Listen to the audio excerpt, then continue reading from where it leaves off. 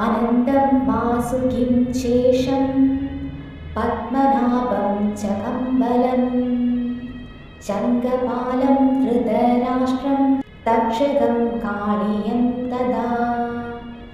ഏതാനി നവനാമാനി നാഗാനാം ച മഹാത്മനാം സായംകാലേ പഠേ നിത്യം പ്രാതകാലേ വിശേഷതഃ തസ്യ വിഷഭയം നാസി സർവത്ര വിജയീ ഭവേൽ.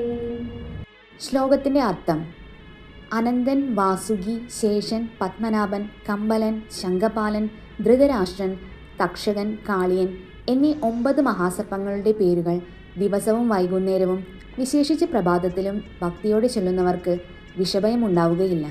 അവർ സർവ്വകാര്യങ്ങളിലും വിജയം വരിക്കുകയും ചെയ്യും. ഈ മന്ത്രം ദിവസവും ജപിക്കുന്നത് വഴി നാഗദോഷങ്ങൾ അകലുമെന്നും സർപ്പഭയം മാറുമെന്നും ഭക്തർ വിശ്വസിക്കുന്നു.